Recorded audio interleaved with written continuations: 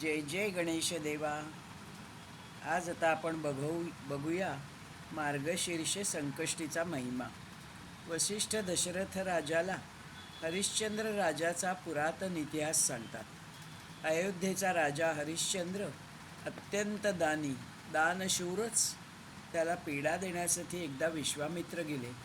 हरिश्चंद्राने त्यांना आपले सर्व राज्य प्रदान केले.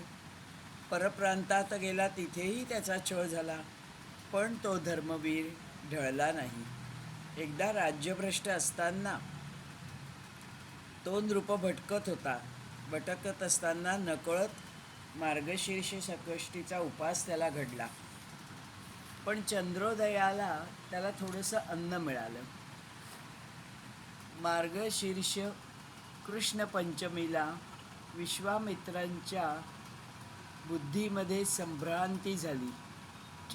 ते म्हणाले, राजा, तुझ्या राज्यात चतुर्थीचे व्रत नष्ट झाले होते, म्हणूनच तुला ही दुर्वस्था प्राप्त झाली. मीही त्याच कारणाने क्षोभित झालो होतो. पण काल तुझ्याकडून हे व्रत घडले, नकळत घडले, म्हणून मी तुला आता अष्टाक्षरी गणेशाचा मंत्र देतो. प्रजेसह संकष्टीचे व्रत धारण कर, तुला लाभ होईल. हरिश्चंद्राला खूप आनंद झाला. तो अयोध्येला परतला. प्रजाजनांसह चतुर्थीचे व्रत आचरले. अंती तो गणेशाधीन स्वानंदवासी झाला. दुसरी कथा की माळवा प्रांतामध्ये कर्णा नावाची एक वेश्या होती. तिच्या नादाने अनेक जण भ्रष्ट झाले. पण एकदा ती ज्वरग्रस्त झाली आणि तो दिवस मार्गशीर्ष कृष्ण चतुर्थीचा होता. तापाने फणफणल्याने तिला दिवसभर अन्न गेले नाही. चंद्रोदयाला मात्र थोडेसे तिने खाल्ले. नकळत घडलेल्या व्रताने ती मुक्त झाली.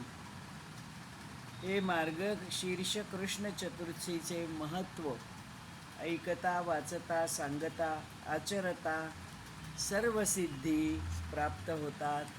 जय जय गणेश, जय जय गणेश, जय जय गणेश देवा. धन्यवाद.